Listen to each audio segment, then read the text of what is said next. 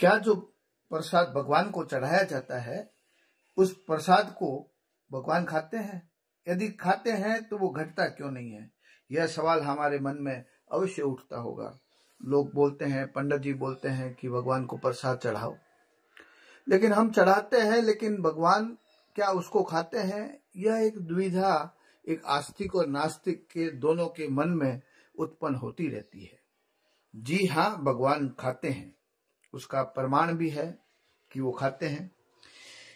जैसे श्रीमद् भागवत गीता में श्री कृष्ण कहते हैं कि जो कोई भक्त प्रेम पूर्वक फूल फल अन्न जल आदि अर्पण करता है, मैं उसे प्रेम पूर्वक सगुण स्वरूप में प्रकट होकर ग्रहण करता हूं। भगवान की भावना हो तो भगवान एक बार नहीं बल्कि अनेकों बार उपस्थित होकर भोजन ग्रहण करते हैं।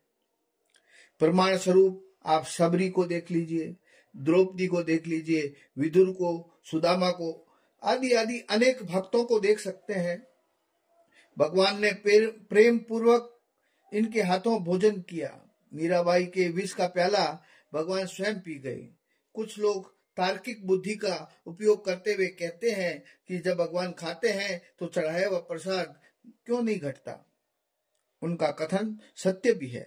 जिस प्रकार पुष्पों का भ्रमर यानी भौरे बैठते हैं पुष्पों पे और पुष्प की सुगंध से वो तृप्त होते हैं, भोजन लेते हैं, किंतु पुष्प का भार वजन न तो घटता है और न ही वो कहीं कम होता है, न उसकी सुंदरता में कोई फर्क पड़ता है।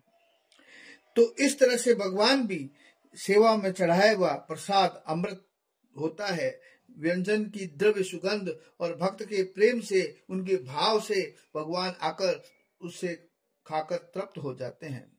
जिस तरह से हम सुगंध किसी ने लगा रखी है तो उसकी सुगंध हम लेते हैं, हमें महसूस होता है, जैसे हवा हमें महसूस होती है, लेकिन फिर भी हम उसको खाते हैं, पीते हैं, लेकिन फिर भी वो कम नहीं होती। इसी तरह से भगवान भोजन पाते हैं और तृप्त होते हैं।